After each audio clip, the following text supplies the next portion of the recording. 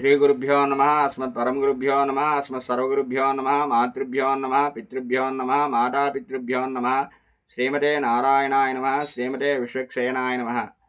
श्रीमते रामानुजाय नमः। श्रीमते हयग्रीवाय नमः। कैलहरिं असकलहरिं सकलहरिं श्रीमात्रे नमः। ज्ञानानन्दमयं देवं निर्मलस्फटिकाकृतिम् आधारं सर्वविद्यानां हयग्रीवम् उपास्महे. నిన్నటి వరకు 91 శ్లోకం చెప్పుకున్నాము. ఈరోజు 92వ శ్లోకంలో చెప్పుకోబోతున్నాం. ఈ 92వ శ్లోకంలో ఏమిటండి అంటే శ్రీదేవి స్వరూప వర్ణాన్ని గురించి, శివ శక్తి తత్వాన్ని గురించి ఇందులో ఆదిశంకరాచార్య గారు పరామర్శ చేయడం అనేది జరిగింది.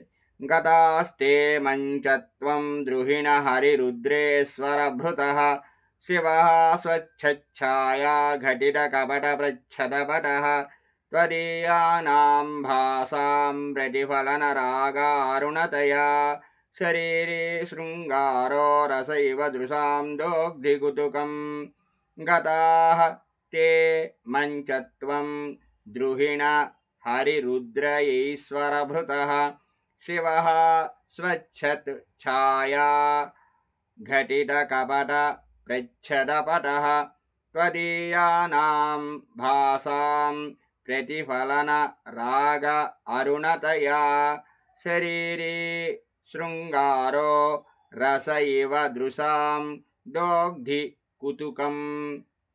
देवी तल्ली द्रुहिण ब्रह्म हरि विष्णुवु रुद्र रुद्रुडु ఈశ్వర ఈశ్వరుడు భృత భరించువారుగా బ్రహ్మ విష్ణు రుద్ర ఈశ్వరులు మహేశ్వర దత్తములో అంతర్గతులైన అధికార పురుషులు.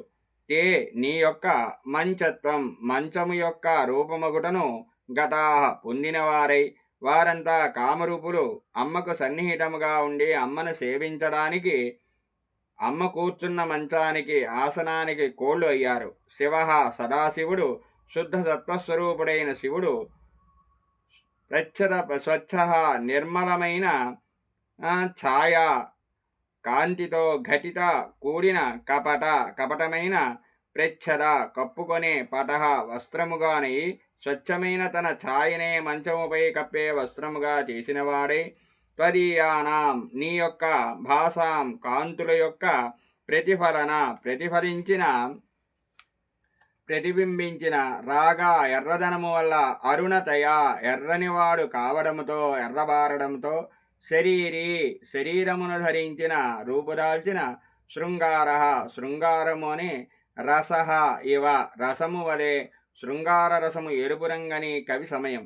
దృశాం నీ చూపులకు కుతుకం కుతూహలము ఆనందాన్ని దోగ్ధి పితుకుచున్నాడు కలిగిస్తున్నాడు. అమ్మా పరమశివుడు నీకు మంచపు పలకగా అమరి ఉన్నాడు.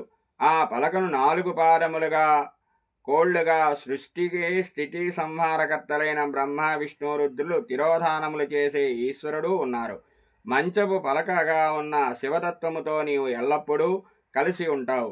శివుడు శుద్ధ స్ఫటికముతో సమానమైన స్వచ్ఛమైన కాంతి గలవాడు. నీవు శయనించే మంచానికి పలకగా ఉన్న సదాశివుడి శరీర కాంతియే మంచపు పలకపై పరిచిన దుప్పటిగా అయింది.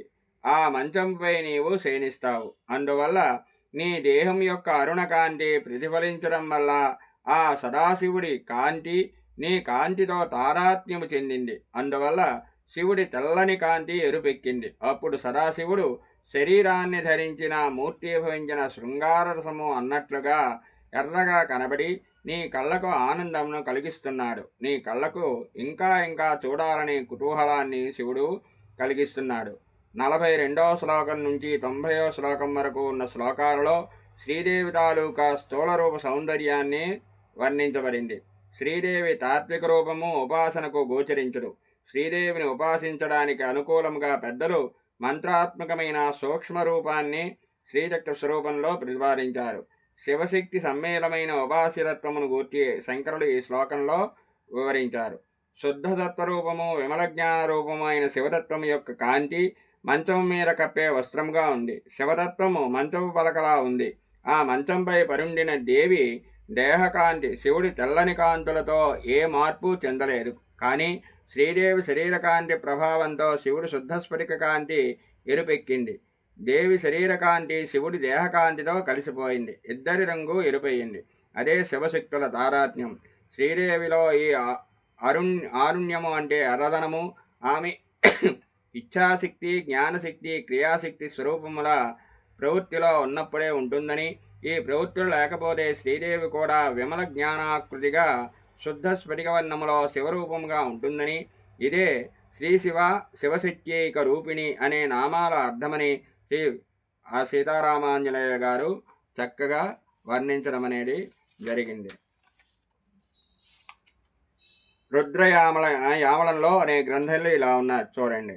బ్రహ్మ విష్ణుశ్చ రుద్రశ్చ ఈశ్వరశ్చ సదాశివ ఏతే పంచమహాప్రేతా భూతాధిపతయో మతాః చత్వారో మంచచరణాః పంచమః ప్రచ్ఛదపటః సాక్షి ప్రకాశరూపేణ శివేనాభిన్నః భిన్న విగ్రహ తత్రాసనే సమాసీనా నిర్భరానందరూపిణి.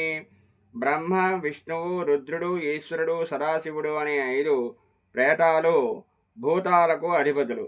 ఇందులో 4 మంచానికి కాళ్ళు.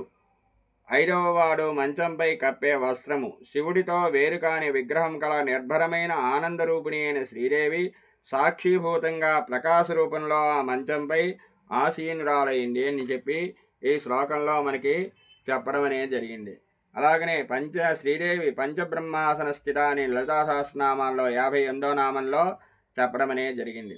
శివాత్మకే మహామంచే మహేశానోపవర్హణే అతిరమ్యతలే తత్ర కశివుశ్చ సదాశివః భృతకాశ్చ చతుష్పారాః మహేంద్రశ్చ పరద్గ్రహ తత్రాస్తే పరమేశాని మహాత్రిపురసుందరి.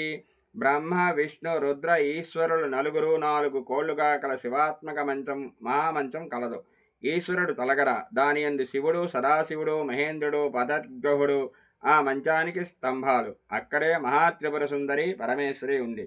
భైరవయామలంలో బహురూపాష్టక ప్రస్తారణలు ఇలా ఉంది. శివాత్మకే మహామంచే మహేశానో సహపర్హణే భృతకాశ్చ చతుష్పారా కశిపుశ్చ సదాశివ తత్రసేతే మహేశాని మహాత్రిపురసుందరి. బ్రహ్మ, విష్ణు, రుద్ర, ఈశ్వరులు 4 కోళ్లుగా కల శివాత్మక మహామంచం కలదు. ఈశ్వరుడు తలగడ, దాని యందు శివుడు, సదాశివుడు, మహేంద్రుడు, పదద్గ్రహుడు ఆ మంచానికి స్తంభాలు. అక్కడే మహాత్రిపురసుందరి పరమేశ్వరి ఉందని ఈ యామలంలో చెప్పబడింది. ఆజ్ఞాచక్రాలు బయట ఉన్నవి ఏంటండి అంటే 1 మాయ, 2 శుద్ధ విద్య, 3 మహేశ్వర, 4 సదాశివరూపం అనే 4 తత్వాలకి శ్రీచక్రానికి 4 ద్వారాలని అంటారు.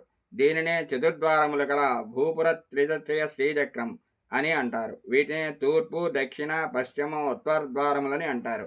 ఈ మాయ, శుద్ధ విద్య, మహేశ్వర, సదాశివైన 4 తత్వములని శ్రీదేవి మంచానికి 4 కోళ్లుగా వర్ణిస్తారు. ఈ శ్లోకంలో చెప్పిన బ్రహ్మ, విష్ణు, రుద్ర, ఈశ్వర తత్వములు ఇవే అని మనం గ్రహించాలి.